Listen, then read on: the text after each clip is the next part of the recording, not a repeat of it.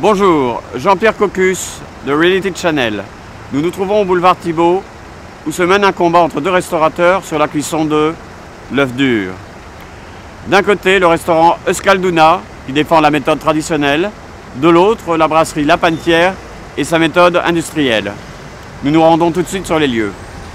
Oui, ça a commencé il y a 6 mois.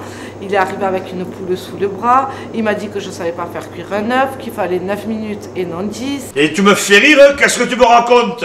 Les boulangers de pacotille, notamment La Panetière, sur exemple, qui font tourner les œufs pour vérifier la cuisson, mais vous êtes un branque complet. Que sinon, ça faisait une pellicule toxique entre le jaune et le blanc. Chez nous, on n'est que les Basques. Exactement. Et chez nous, c'est du bon. Il n'y a pas besoin de faire tourner un œuf. Voilà. Il me fait chier avec ces poules. Nous, on n'a pas besoin de faire tourner les œufs. Moi, j'ai fait une lettre à Brigitte Bardot, exprès pour ça. J'en peux plus. Dans mon quartier, c'est la panique. Ça ressemble plus à rien. Les poules qui se lèvent à 5 h du matin, qui font du bruit, on ne peut plus vivre tranquillement. Les clients sont partis avec des fientes sous les chaussures. Ils ont jeté des tabourets sur les vitrines. Ma femme Muriel s'est fait taguer sa voiture avec une clé. Alors je vous passe les noms d'oiseaux et les insultes qui étaient écrits dessus, mais en plus, sur le capot, il y avait un coq avec la tête levée. Et pour couronner le tout, j'ai même retrouvé un œuf dur qui obstruait le pot d'échappement. Moi, je ne sais pas pourquoi ils veulent que je leur achète des œufs. Parce que les œufs, ils sont bio. Et les nôtres sont meilleurs parce qu'ils sont basques. Ils sont trop petits, trop chers. On se prend des œufs dans la voiture. Mon fils s'est pris un œuf dans la tête. On va aller jusqu'où comme ça? J'en ai marre, je les vois 3 ou 4 fois par semaine se balancer des œufs dans la rue, la police n'arrête pas de venir.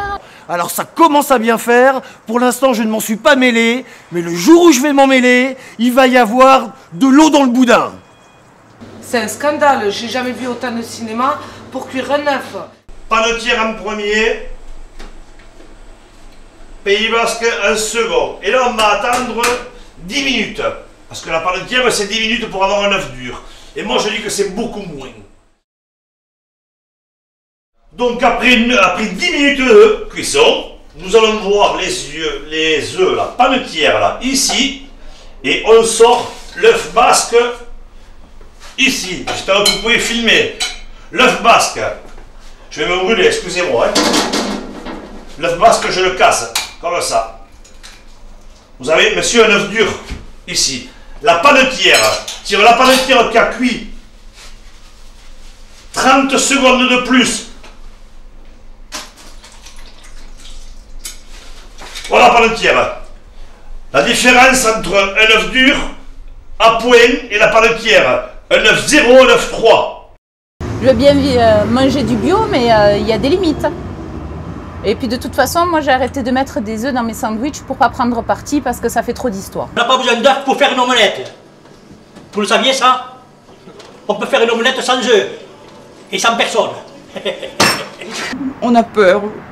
Aidez-nous, faites quelque chose, je sais pas. J'en peux plus. Moi, j'ai porté plainte au commissariat et prochainement, ils vont passer au tribunal. Un autre restaurateur du quartier nous a informé avoir reçu la visite de Didier.